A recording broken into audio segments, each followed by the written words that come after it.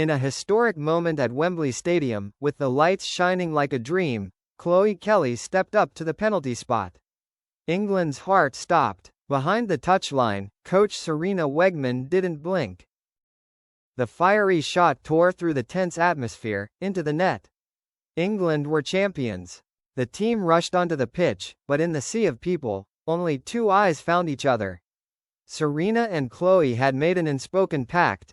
If they won, they would live true to their feelings, no longer afraid of public opinion, media, or any framework. That kick was not just a victory, but a liberation.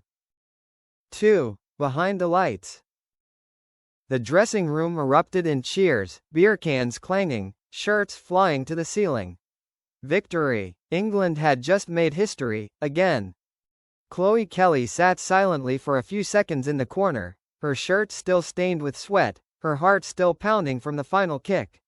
It was not just the kick that had sent the team to glory, but also the kick that carried a secret promise. The door slid shut. Sarina Wiegman walked in, still in her familiar trench coat, her eyes determined but filled with an unconcealable emotion. No one said anything. A long breath. Their gazes met, and it was as if the world outside had melted away. "I did it," Sarina said, her voice trembling slightly. "Not just for the team, but for us." Chloe smiled, a smile that no longer needed to be hidden. She stood up, slowly approaching the woman who was always steadfast, always in command. But now, she was letting her heart guide her. "The promise between us. I have never forgotten." "Me too."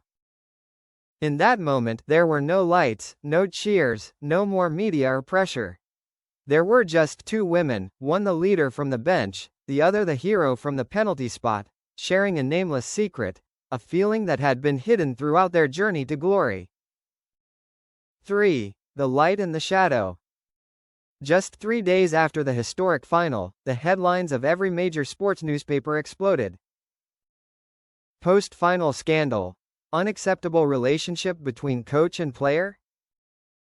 A photo was leaked. It was unclear by whom, but it was clearly taken from the Wembley technical corridor, the night of the championship. In the photo, Chloe Kelly and Sarina Wiegman were standing very close to each other. The faces were no longer those of coach and student, but of two people who held on to something more than football. Media outlets speculated, some defended, there is no rule against them being in a relationship. But others were more ruthless, power relationship, professional influence, unprofessionalism. The Football Association opened an investigation. Sarina was asked to take a break from coaching the upcoming friendlies. Chloe was pulled from the post-championship promotional schedule. Closed meeting room, tense face-to-face. The cold white room, the lawyer, the federation representative, a tape recorder in the middle of the table. Sarina sat upright, her gaze unwavering. Chloe was silent, but her hand touched Sarina's leg under the table, secretly, as if to say, "I'm still here." "We did nothing unethical," Sarina said. "The feelings between us only arose after the final. And I have never favored her professionally." A heavy silence. Then one of the officials spoke up.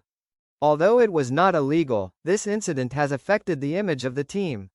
We will need to consider whether she is still suitable to continue leading the team in the upcoming Olympic period." The price of truth. They no longer denied it, no longer avoided it. The hug in the crowd after the final was now evidence. But for them, it wasn't a crime. It was a demonstration of something that had been suppressed for too long. Sarina knew, if she kept quiet, denied everything, everything would be fine.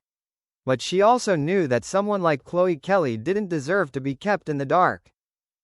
"I could lose my coaching job," she told Chloe after the hearing. "But I don't want to lose you. If football was all you had, you would have chosen silence. But you chose me." 4. A voice amid the media storm. 4 days after the closed-door hearing, Chloe Kelly, who has always maintained a quiet, calm image, stepped up to the podium at a press conference ahead of the friendly matches. Behind her were a series of lenses and microphones from the BBC, Sky Sports, The Guardian. and millions of people watching live on television. Sarina was not present. She was asked to temporarily leave the media to cool down the scandal. But Chloe no longer wanted to avoid it. I was the one who took the last shot to win the championship. And today, I want to use my voice for something equally important, the truth. The whole room was silent.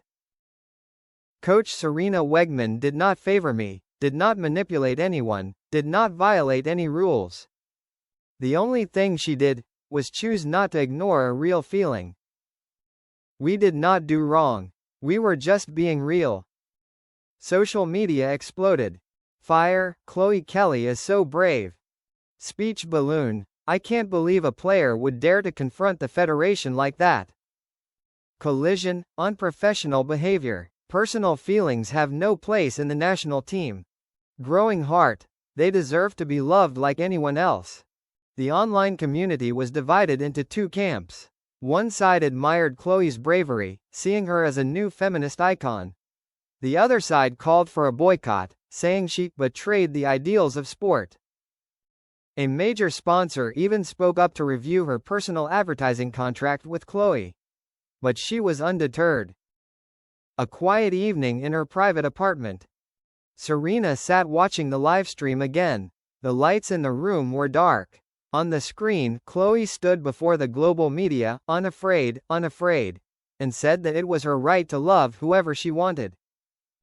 A tear fell, not from weakness, but from knowing she was no longer alone. Chloe returned around midnight. She opened the door to find Sarina waiting, eyes red but lips smiling. "People will hate you more," Sarina said, half joking. "I don't need everyone to love me," Chloe replied, gently taking her hand. "Just one person who won't leave me." 5. The final decision. 10 days after Chloe's shocking speech, the Football Association held an emergency internal meeting. The main topic, the future of the women's national team coach, Sarina Wiegman. Despite no obvious wrongdoing, England's image was divided, sponsors were worried, and public opinion was in turmoil. Half supported Sarina. Don't turn football into an emotional prison. The other half wanted an internal cleanup. There is no room for personal feelings in the national team. The unsent letter, and a silent morning. Before entering the meeting, Sarina wrote a handwritten letter. Not to the association, but to Chloe herself. She wasn't sure if she would stay after today. "If they choose to leave me, don't fight anymore, Chloe. Live freely, keep playing football, keep being the light on the pitch. I don't regret loving you. I just regret that the world isn't big enough for that kind of love." The meeting lasted more than 3 hours. The press surrounded the federation headquarters. A member of the executive board walked out with a tense face. "The federation has decided. Sarina Wiegman will not continue to lead the England team after this international break." Conclusion.